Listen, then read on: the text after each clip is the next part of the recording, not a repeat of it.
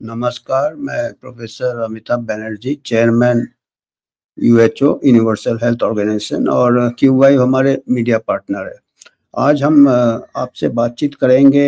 एक एक आपातकाल जैसा आ रहा है। आपातकाल मतलब साइलेंट, जिसको कि हमको धीरे धीरे पता नहीं चल रहा है।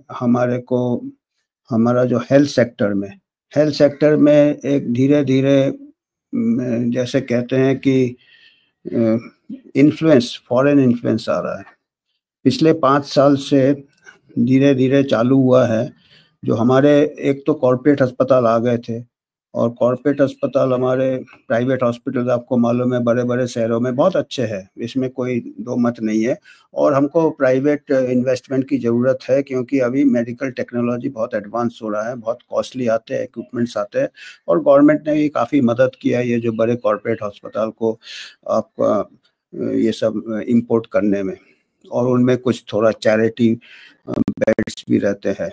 अच्छी बात है, पर हम अभी पूरा नज़र उसी तरफ जा रहा है। और इंडिया में जो डॉक्टर्स है वो काफ़ी सक्षम है, काफ़ी सुपर स्पेशलिटी काफ़ी फास्ट बढ़ रहा है।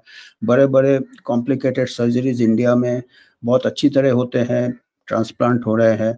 और ये बहुत बड़ा एक ये बन गया है, मेडिकल सेंटर बन गया है। इंडिया के जो बड़े बड़े अस्पताल है मेडिकल सेंटर्स बन गए हैं, जहाँ के पूरे वर्ल्ड के लोग मेडिकल टूरिज्म अट्रैक्ट हो रहे हैं। ये भी अच्छी बात है, इकोनॉमी होता है। पर इसके कुछ तो ये है कि अभी जितने भी डॉक्टर्स हैं जो भी निकलते हैं मेडिकल कॉलेज से, 50% मेडिकल कॉलेज बड़े हाई एंड मेडिकल कॉलेज है, प्राइवेट मेडिकल कॉलेजेस है। और काफ़ी जो स्टूडेंट्स आते हैं बहुत ही अच्छे इसके आते हैं, फाइनेंशियल उनका ये रहता है और काफ़ी हाई फीस रहता है। और उनका फिर फ्यूचर क्या है कि उनका नज़र ये कॉर्पोरेट अस्पताल में ही रहेगा, क्योंकि ये एक बिजनेस बन गया है। और ऑन दी अदर साइड हमारा जो पब्लिक हेल्थ इंफ्रास्ट्रक्चर है, primary health centre, secondary health centre, या डिस्ट्रिक्ट हॉस्पिटल्स भी, या government hospitals in big cities भी, उसके कंडीशंस हमारे काफ़ी ख़राब हो रहे हैं। वहाँ पे अभी कॉम्प्ट्रोलर ऑडिटर जनरल के रिपोर्ट में आए थे कि 20%, ये देखिए, ओवर क्राउडिंग पेशेंट्स है, बहुत वेटिंग टाइम है, डॉक्टर्स ओवरवर्कड है, 50% डॉक्टर्स कहीं कहीं डिस्ट्रिक्ट लेवल के नीचे, नर्सेज 20%, 40% नर्सेज डेफिशिएंट है। इक्विपमेंट्स है तो टेक्नीशियन नहीं है, टेक्नीशियन है तो इक्विपमेंट नहीं है, ये हालत है। और यहाँ तक कि अभी हमने पिछले न्यूज़लेटर में बताया था, 22-23 अगस्त का न्यूज़लेटर में हमने 22 अगस्त के न्यूज़लेटर में हमने बताया था कि हमारे जो टॉप मोस्ट पब्लिक हॉस्पिटल है, जो AIIMS, all India institute of medical sciences, इतने इससे बनाया था कि ये बिल्कुल हाई लेवल हॉस्पिटल होंगे।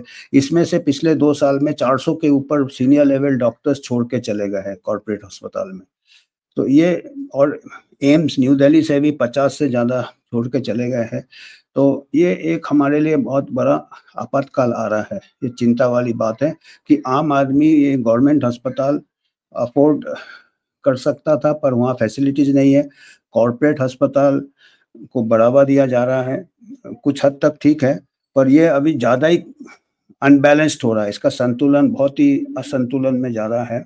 और ये सबसे फ़िक्र वाली बात है कि अभी जो है फॉरेन प्लेयर्स इसमें आ गए हैं। पिछले 5 साल में धीरे-धीरे अभी कई फॉरेन इक्विटीज़ खरीदे हैं। ये देखिए, private equity major stakes in private hospitals, मतलब ये शेयर होल्डर्स बन रहे हैं फॉरेन इन्वेस्टमेंट्स से, जो कि 80 बिलियन डॉलर का हेल्थ केयर मार्केट है। इंडिया का 80 बिलियन डॉलर का हेल्थ केयर मार्केट में फॉरेन प्लेयर्स अभी आ रहे हैं।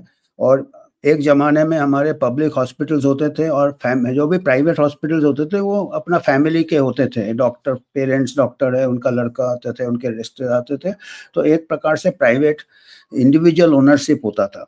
अभी उसके बाद कॉर्पोरेट आ गए, यानी बिग बिजनेस मॉडल हो गया। बिग बिजनेस में जो इसके अभी फिर बोर्ड मेंबर्स आ जाते हैं, ग्रेजुअली डॉक्टर्स का जो अपना आज़ादी चला जाता है, ऑटोनॉमी चला जाता है, क्योंकि policies are made by the stakeholders, और उनके कुछ जो प्रायोरिटी रहेंगे वो प्रॉफिट का प्रायोरिटी रहेगा, क्योंकि आजकल hospitals are very costly, high and equipment very costly, दवाइयाँ costly, procedures costly, salaries costly, nurses, ये वो, सपोर्टिंग स्टाफ बहुत, तो बिजनेस तो उनको रिकवर करना रहता है, तो उसमें क्या है, कॉस्टली बढ़ रहे हैं और शेयर होल्डर्स बाहर के आ रहे हैं।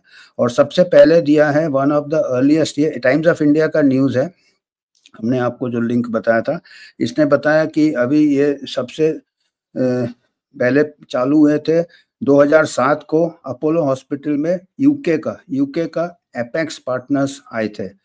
उसके बाद ये कोविड महामारी में प्राइवेट हॉस्पिटल का बहुत ज़्यादा लोग ने इन्वेस्ट करना चालू कर दिया और बहुत सारे इन्वेस्टर्स आ गए, फॉरेन इन्वेस्टर्स आ गए। और सिंगापुर का टीमासेक, यूएस का TPG, KKR and top dollar buyouts of major chain such Manipal hospitals, Max hospital, ये देखिए ये सब शेयर्स दिए हुए हैं, इक्विटीज दिए हुए हैं, हॉस्पिटल्स के नाम दिए हुए हैं। ये टाइम्स ऑफ इंडिया का न्यूज़ है, ये आप लोग देख सकते हैं, 23 अगस्त का समाचार है।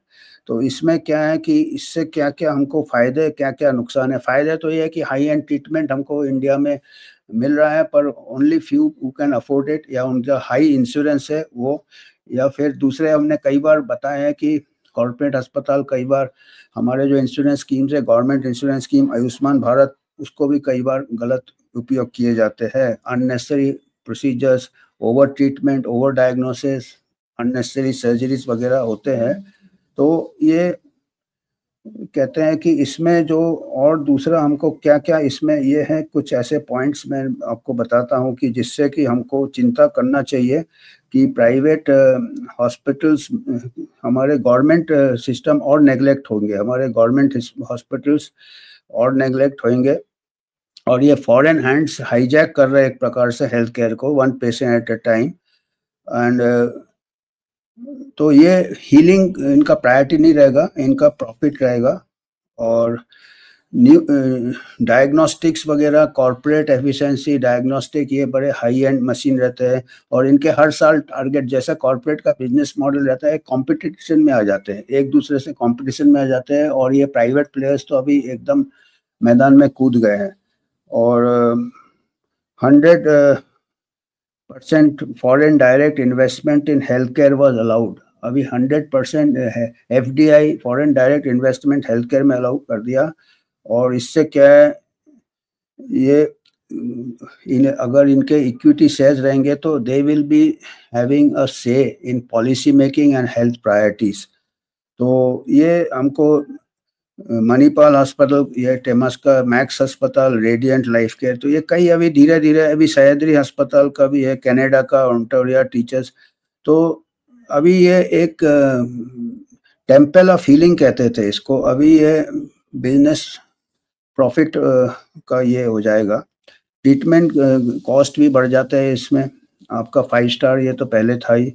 और poor rural and complex cases जो है, वो जिसका ये है, वो जिस केस में ज़्यादा ये लगेंगे, एफर्ट लगेंगे, वैसे केसेस शायद ट्रीट हो नहीं हो, हमको पता नहीं, क्योंकि बहुत कॉस्टली होते हैं ये। और जो गरीब हमारा इंडियन रहता है, मिडिल क्लास के नीचे, वो इंश्योरेंस से कवर नहीं होते हैं, क्योंकि इससे क्या है, केयर ऑफ मेडिकल ये और एक्सपेक्टेशंस लोगों के बढ़ जाएंगे। और ये एक पॉइंट हमको आज बताना था, इसमें आप फीडबैक दें, क्योंकि ये अभी स्टार्ट हुआ है, ये अभी शुरुआत है, पिछले 5 साल में शुरुआत है। और आपने महामारी के टाइम भी कॉर्पोरेट अस्पताल ने बहुत इनको कई इनके बेड्स इन्होंने खोल दिए थे गवर्नमेंट के लिए, जो कि आपके महामारी में, कोई भी नया महामारी, जैसे कोविड के दौरान, कोविड के लिए भी इनको गवर्नमेंट से पैसा मिलता था। ये कोविड पेशेंट्स एडमिट करते थे, उनको ऑक्सीजन लगा देते थे, उनको पूरे जितने टेस्ट है वो करते थे। क्योंकि मेरे को खुद फर्स्ट हैंड एक्सपीरियंस है, मेरे रिश्तेदार जो ऐसे कॉर्पोरेट अस्पताल में गए थे, young people not at risk, Covid में जितना हो सकता सब कर देते थे। इकोकार्डियोग्राफी से लेके कैट स्कैन से लेके Covid, simple Covid young patient में भी ऑक्सीजन भी चला देते हैं, जो भी है ये, क्योंकि इनको टारगेट्स रहते हैं, इनके हर स्पेशलिस्ट को टारगेट दिए जाते हैं कि इतने आपको इन्वेस्टिगेशंस मंथली करने हैं, इतने सर्जरीज मंथली करने हैं, इतने आपके पेशेंट आपको लाने हैं, और फिर कट प्रैक्टिस भी इनके साथ ये रहता है, कई चीज़ें रहती है जैसे कॉम्पिटिटिव। ऑलरेडी बिगर इन्वेस्टमेंट क्या हो रहा है, एक बार इन्वेस्ट आएगा तो स्टेक्स और हाई चला जाएगा। ये मैंने पहले भी बता चुका हूँ, कट प्रैक्टिस के ऊपर QY में हमने एक सेशन किया था कि ये पूरे जो प्राइवेट प्रैक्टिशनर्स भी इन्वॉल्व हो जाते हैं, इनके सैटेलाइट सेंटर्स इन्वॉल्व हो जाते हैं। हालांकि काम टेक्नोलॉजी के लिए चाहिए, पर हमको कुछ तो चेक होना चाहिए, कुछ हमारा पब्लिक प्राइवेट पार्टनरशिप थोड़ा ज़्यादा ही संतुलन प्राइवेट की तरफ जा रहा है। हमको आज ये मैसेज देना था, और आज के लिए इतना ही। आपको अगर कुछ, हमारा UHO का यही काम है, एक प्रकार से वॉचडॉग, नज़र रखना कि क्या क्या हो रहा है, जो कि शायद जनहित में, आम जनता के लिए शायद इतने हित में नहीं हो, कोई एक बिजनेस मॉडल हो जो एक्सप्लॉयटेशन हो। और हम पब्लिक फंडिंग से हम एक रन करते हैं अपना यूनिवर्सल हेल्थ ऑर्गेनाइजेशन, क्योंकि हम कोई फार्मा या कोई दूसरा, हम फॉरेन इक्विटी भी नहीं लेना चाहते हैं, हम फार्मा से भी इन्फ्लुएंस नहीं होना चाहते, फिर हम निष्पक्ष हम शोध नहीं कर सकते। तो आपको जो भी योगदान देना आप दे सकते। आज के लिए इतने, धन्यवाद।